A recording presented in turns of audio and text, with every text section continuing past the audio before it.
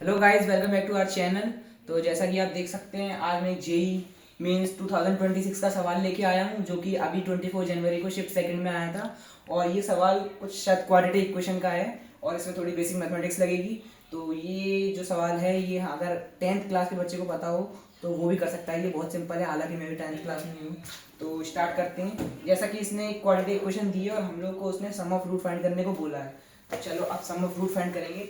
उससे पहले हम क्या करेंगे, हमारे पास x-1 का मॉड है, तो इसको हम लोग ऐसे फैक्टराइज तो कर नहीं सकते हैं। तो हम लोग क्या करेंगे, मॉड ऑफ x-1 को हम लोग ले लेंगे t के बराबर।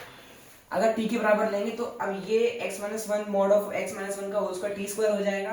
तो हमारे पास आ जाएगी t स्क्वायर, ऐसे ये 5t हो जाएगा और ये +6 हो जाएगा। अब जैसा कि आप देख सकते हैं, हमारे पास ये बच्चों वाली 10th क्लास वाली क्वाड्रेटिक इक्वेशन है। इसको हम लोग को सॉल्व करना तो आता ही है, स्प्लिट द मिडिल टर्म से। तो अब ये T square plus 5t plus 6 को हम लोग 6 के कुछ ऐसे फैक्टर जो सम या फिर डिफरेंस करने पर 5 लेके आते हैं। तो हमारे पास सम और डिफरेंस वाले दोनों ही हैं, लेकिन अगर हम लोग डिफरेंस करेंगे तो कहीं ना कहीं कॉमन नहीं आएगा। तो इसलिए हम लोग क्या करेंगे, ऐड करेंगे। तो 6 के ऐसे फैक्टर जिनको ऐड करने पे 5 आ जाए। तो ऐसे फैक्टर हमारे पास है 3 और 2। तो अब हम लोग लिखेंगे टी स्क्वायर प्लस, अब ये हमारे पास 5 है तो इसको 3 और 2 में डिवाइड कर लेंगे और t हमारे पास मल्टीप्लाई में रहेगा +6 इक्वल्स टू 0। ये इक्वल्स टू 0 आपका बहुत महत्व रखता है, क्योंकि इसके बिना क्वाड्रेटिक इक्वेशन ही नहीं होगी।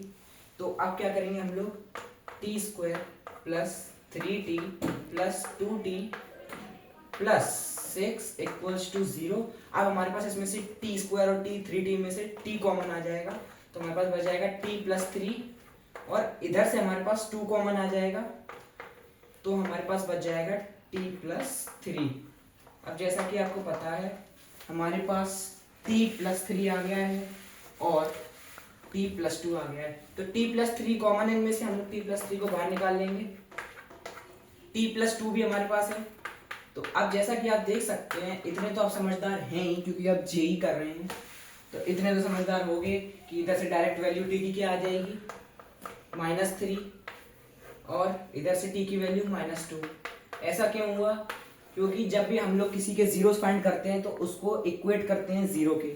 तो t plus 3 equals to 0, t equals to -3, t plus 2 equals to 0, t equals to -2।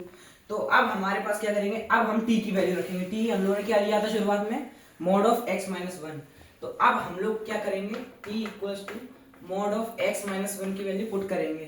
तो अब हम लोग जैसा कि आप देख सकते हैं, t की वैल्यू -3 -2 है। तो अब क्या करेंगे, मॉड ऑफ x-1 को इक्वल्स टू -3 के और mod of x-1 equals to -2 के इक्वेट करेंगे। तो अब जैसा कि हमें पता है कि मॉड हटता है, मॉड किस चीज के लिए लगाया जाता है, वो किसी को भी नेगेटिव नहीं होने देता है। क्या करेंगे, मॉड हटा देंगे इधर से। तो हमारे पास क्या रह जाएगा, x-1, और जब ये मॉड इधर से हटेगा तो इधर +-3 आ जाएगा। तो हम लिखेंगे इधर +-3, और ऐसे इधर मॉड हटाएंगे तो x-1 इक्वल्स टू +-2 आ जाएगा। ठीक है, अब ये -1 को प्लस में लेके जाएंगे तो ये आ जाएगा हमारे पास +-3 +1। अब अगर हम लोग प्लस की दोनों वैल्यू लेते हैं तो हमारे पास 4 आ जाएगा, माइनस की 3 लेंगे तो हमारे पास -2 आ जाएगा। ऐसे ही जब हम लोग इसे x डैश मान लेते हैं, मतलब है तो x-1 ही, लेकिन x की दो वैल्यू आएंगी, तो अभी नहीं मानते, बाद मानेंगे। इसको लेंगे +-2 +1, प्लस प्लस का लेंगे तो 3 आ जाएगा, और माइनस का 2 लेंगे तो -1 आ जाएगा। इससे हमारे पास क्या आ गया ये। अब इसको हम लोग क्या कहते हैं, बीटा मान लेते हैं और इसको अल्फा मान लेंगे। इसको अल्फा, इसको बीटा। अब हम लोग क्या करेंगे, सम ऑफ रूट पूछा था हमसे, और जैसा कि आपको पता है सम ऑफ रूट हमारा क्या होगा, अल्फा प्लस बीटा होगा। तो अल्फा की वैल्यू हमारे पास क्या है, 4 -2, और बीटा की वैल्यू क्या है, 3 और -1। अब क्या करेंगे हम लोग, अल्फा प्लस बीटा करेंगे।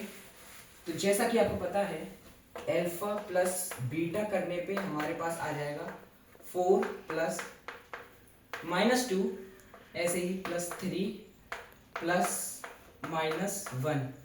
जैसा कि आपको पता है, ये हो जाएगा 4 -2 +3 -1, और -2 -1 -3 होगा, तो 4 + 3 -3। जैसे पता है आपको, अपोजिट साइंस वाले कट जाते हैं, तो इससे हमारे पास आ जाता है alpha plus beta equals to 4।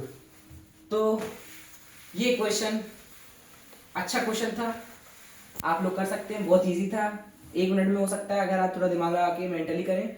तो ये हमारा था जेई 2026 में 24 जनवरी को शिफ्ट सेकंड में आने वाला सवाल। तो ऐसे हम लोग को इस सवाल को करना है। तो कैसी लगी आपको वीडियो कमेंट में बताइए, और ऐसे ही अच्छी अच्छी वीडियो के लिए सब्सक्राइब कर लीजिए। थैंक यू, मिलते हैं अगली वीडियो में, तब तक के लिए बाय बाय।